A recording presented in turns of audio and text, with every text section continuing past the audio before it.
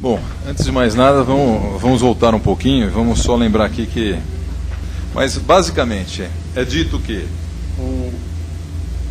o processo de aprendizagem, o processo de leitura é um processo de aprendizagem.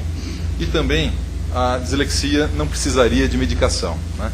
Então, eu só começo hoje, aqui um pouco diferente o sistema, para a gente mostrar o desconhecimento da população em geral do que seja dislexia, né? Nós temos aí vários projetos de lei, algumas leis aprovadas em alguns outros estados, ou municípios interiores de São Paulo, mas no estado de São Paulo, nada, né? E nós tínhamos um projeto de lei, aqui, projeto de lei 328 de 2007, que vai contra tudo o que foi dito aqui, né? Porque no artigo 4º desse projeto de lei, o vereador que o fez, ele falou: todos os alunos que forem diagnosticados disléxicos terão acompanhamento clínico e assistência medicamentosa indispensáveis para aprender a ler, escrever e soletrar. É simples, né? Esse vereador está querendo vender um remédio para a gente aprender a ler, escrever e soletrar. Depois vocês pesquisam no site esse projeto de lei municipal 328 de 2007 de São Paulo, né? Foi arquivado, graças a Deus, né? Mas é uma coisa que a gente vê por aí que as pessoas têm total desconhecimento. Isso vai desde os deputados, pessoas em geral, e principalmente as pessoas ligadas na área de ensino, professores, psicopedagogos, aqueles que estão em contato direto com os alunos. Isso para dizer que a dislexia, ela não tem nenhuma lei federal que apoie, né?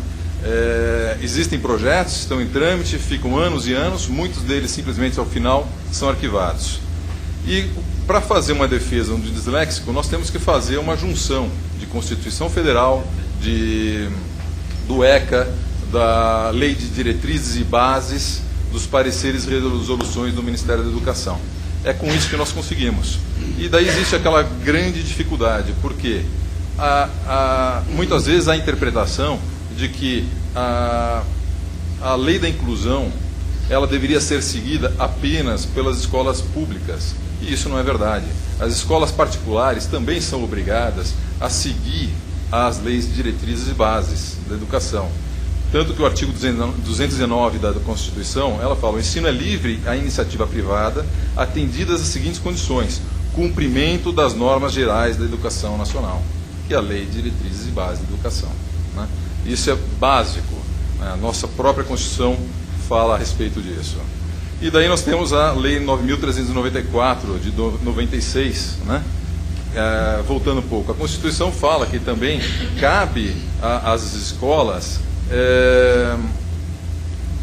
prestar atendimento educacional aos portadores de deficiência, que isso depois foi corrigido, não na Constituição, ainda continua assim, mas tanto pelo ECA, pela própria Lei de Diretrizes e Bases, para educandos com necessidades especiais. É um termo mais politicamente correto para não afrontar. Porque às vezes portadores com deficiência entende-se aquela pessoa que seja surda, muda e assim por diante, ou tenha um problema físico, né?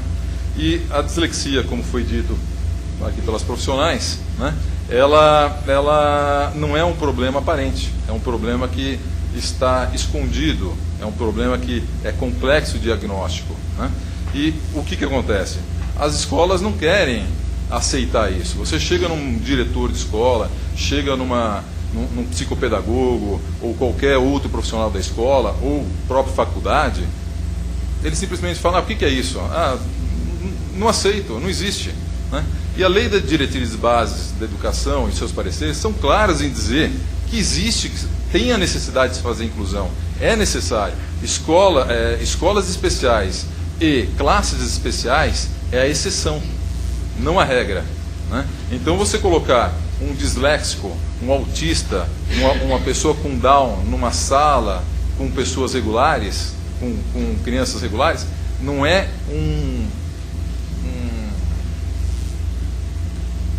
vamos dizer assim, uma bondade da escola, é uma obrigação, né? Claro que você não vai colocar um autista, uma pessoa com síndrome de Down ou algo assim, em estado severo, avançado, com outras crianças, mas um autista com uma condição mais suave, isso é benéfico para todos. É benéfico para a criança que é autista, que ela vai se espelhar naquelas pessoas que têm condições chamadas normais, né, que todos nós somos problemáticos de uma maneira ou outra, mas ela vai se espelhar nesse sentido, e as crianças ditas normais vão olhar e vão já aprender a aceitação. É aquilo que o doutor Eli falou aqui no começo, né? Que ele faz parte da comissão, então, que ter aceitação, de você simplesmente ver o diferente, não como diferente, mas como igual. É uma condição normal, é algo corriqueiro do mundo, né? E isso está na Lei de Diretrizes e Bases da Educação, está nos pareceres. Só que isso você tem que pincelar, você tem que ir lá nos seus artigos, fazer uma construção e tal. E qual que é a luta? A luta é conseguir aprovar leis a respeito disso, né? É conseguir sensibilizar a população disso, que isso exista, né? E isso, infelizmente, não vem acontecendo. É um problema sério, né?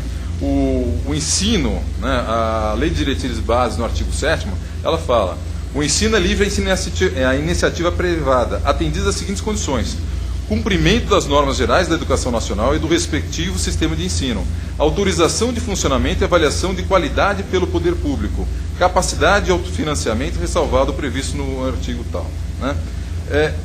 Quer dizer, mais uma vez, a própria Constituição já fala que tem que seguir a Lei de Diretrizes, a Lei de Diretrizes fala que a instituição privada tem que seguir, e se a instituição privada tem que seguir, nem se diga a instituição pública, o que não ocorre, né? Deixa eu ver aqui.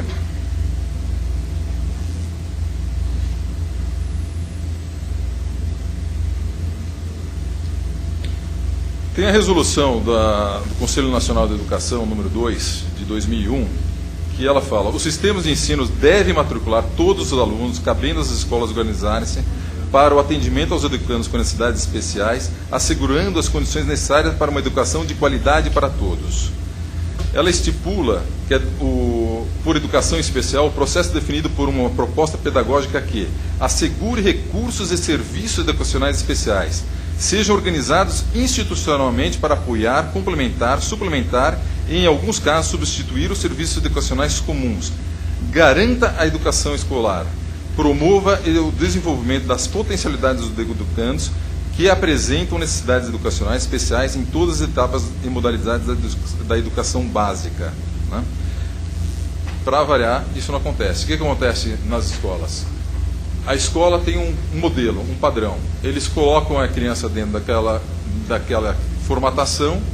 O professor, que deveria ter uma liberdade para educar, ensinar, uma liberdade, uma autonomia dentro de sala de aula, e ele acaba sendo tolhido nessa liberdade, por uma questão do modo escolar. A escola, normalmente, não permite a realização de provas orais, não permite métodos alternativos de avaliação, né? Tudo isso que é permitido pela Lei de Diretrizes e Bases da Educação. A Lei de Diretrizes e Bases fala basicamente que o que importa não é um exame quantitativo do aluno, mas sim qualitativo. E isso pode ser feito de diversas maneiras. Pode ser por trabalhos extras, pode ser por provas orais, pode ser por trabalhos em grupo. Não precisa necessariamente ser aquele formato: olha, aqui está uma pergunta e eu quero uma resposta. Não precisa ser exame de teste, não precisa ser realização de dissertação. O professor pode aplicar uma prova no aluno, né?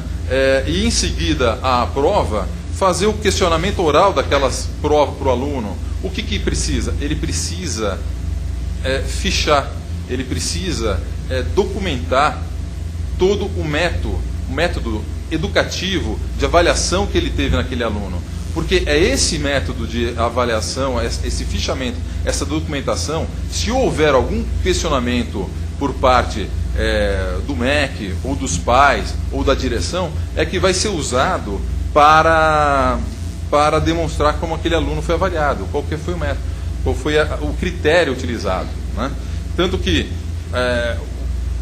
uma das obrigações da escola, logo que começa o ano letivo, é fornecer a informação para todos os pais e todos os alunos de que eles podem questionar os métodos de avaliação e podem apresentar recursos, né, caso aquele aluno obtenha uma nota inferior, alguma coisa insatisfatória.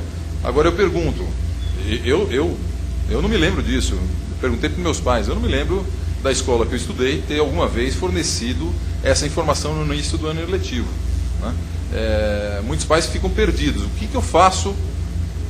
Meu filho tirou uma nota baixa, não está sendo avaliado corretamente, ele foi diagnosticado como disléxico, o que eu faço? Ele pode apresentar um recurso. Ele entra, a escola é obrigada a fornecer um documento, né? Assim, ele tem 5 dias a partir do conhecimento do fato, da nota que ele tirou, da insatisfação que seja da nota, ou qualquer outra insatisfação. Ele tem 5 dias, ele apresenta um recurso para a escola com a sua queixa. A escola vai examinar isso na pessoa do seu diretor, que vai consultar todos os professores e assim por diante. Em 10 dias ele tem que dar uma resposta, né? Se essa resposta for a contrário do queixoso, do pai, do aluno, né, ele pode apresentar um novo recurso, que é também protocolado na própria escola. A escola encaminha esse recurso para a diretoria regional de ensino. Toda escola tem uma diretoria regional de ensino ligada àquela escola. E sempre tem um supervisor. Quando você apresenta um recurso que vai à escola, esse supervisor da diretoria regional de ensino, responsável pelaquela escola, vai à escola com mais 2 supervisores. E eles fazem uma sindicância. Eles fazem levantam toda a documentação que a escola tem em relação àquele aluno, né?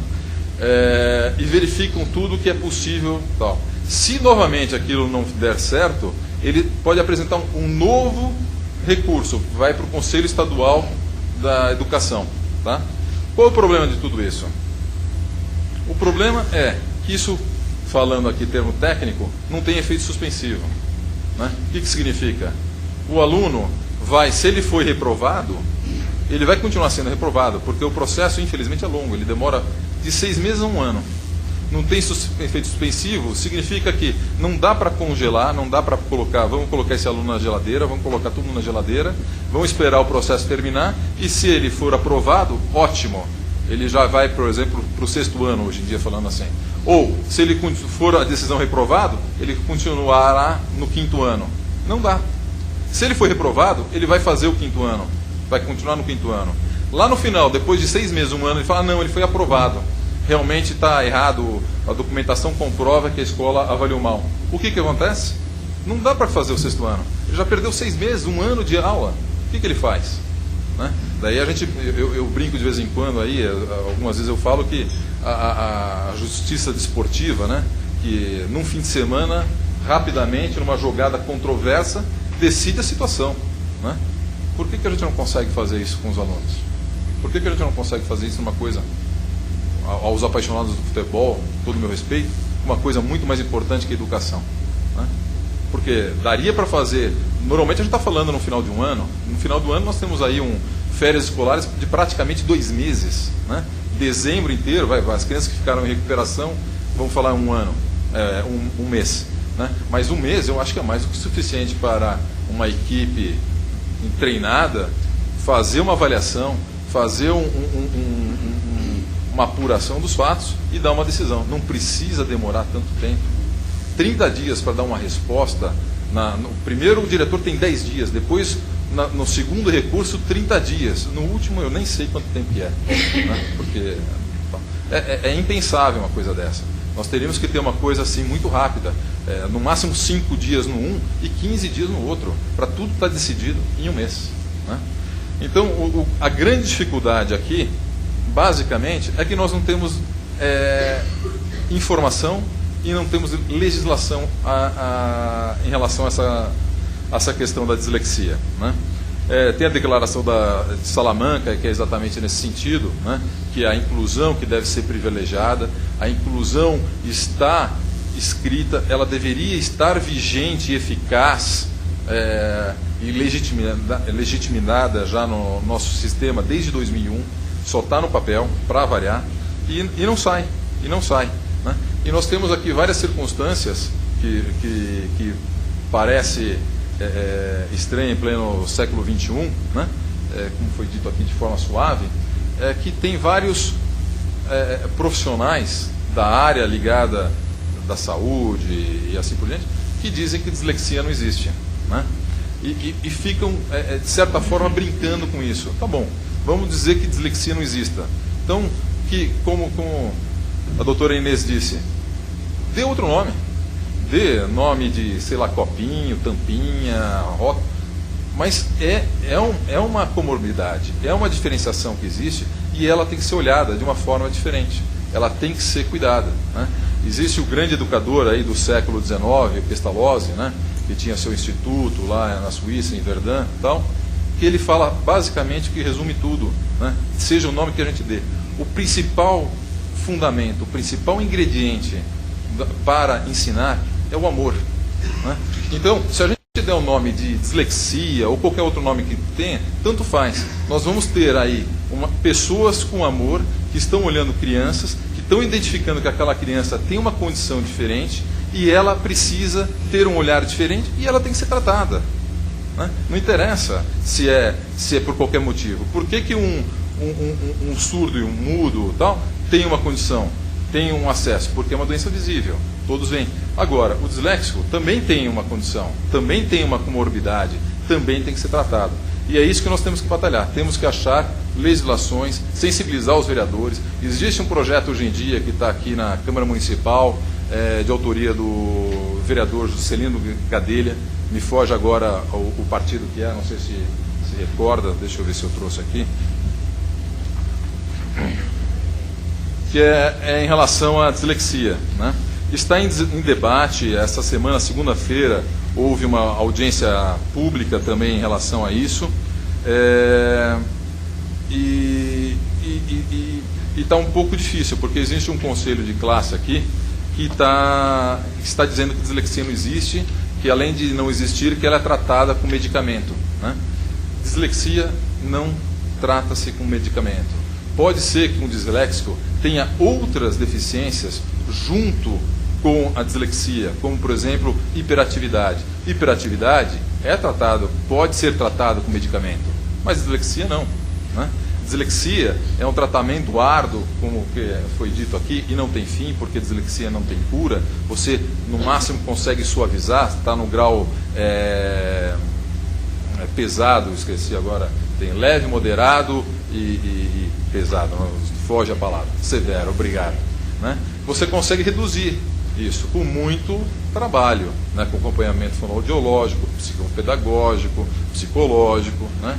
Que são os tripés aí do tratamento da dislexia. Mas não tem cura, né? E não é um remédio que vai ser. Até em Portugal, né? Tem lá, na BD, tem uma profissional que mostra lá que tem um remédio, dizem que é para dislexia. Não existe remédio para dislexia. É um absurdo. Mas não dá para falar como que é exatamente, né? Em São Paulo, para não dizer que não teve nenhuma legislação a respeito de dislexia, teve a lei estadual número 12.524, de autoria da Maria Lúcia Prandi, do PT, que foi promulgada em 2 de janeiro de 2007. Só que o que ocorre com essa lei? Essa lei, ela foi editada e o seu trâmite todo tal foi pelo legislativo.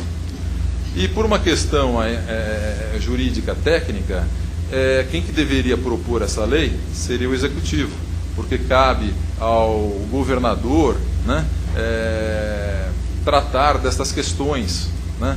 Então, por causa disso, houve aí essa lei acabou sendo cassada, né, declarada inconstitucional. Então, nós tínhamos uma lei, né, e ela acabou sendo cassada. Outro problema que nós temos é a dotação orçamentária, né, para toda essa questão. Porque tem que ter, se você vai ter pessoas com necessidades especiais, de educação especial, você também vai precisar de dotação orçamentária. E isso também pode ser um dos motivos que causem constrangimento para a aprovação de leis. Porque o Estado, né, está com muitos problemas. A gente sabe aí que não consegue arcar com as suas contas. E como da onde ela vai tirar mais recurso para poder dar suporte à necessidade de disléxicos. Quais são essas necessidades? São primeiro os profissionais para fazer identificação, né, nas redes tanto públicas como privadas de ensino, a identificação desses disléxicos. Então tem que ter psicopedagogo, psicólogo e fonoaudiólogo avaliando crianças que já estão na fase de alfabetização ou alfabetizadas, aí eu sempre... 2 anos de escolarização, para fazer essa identificação.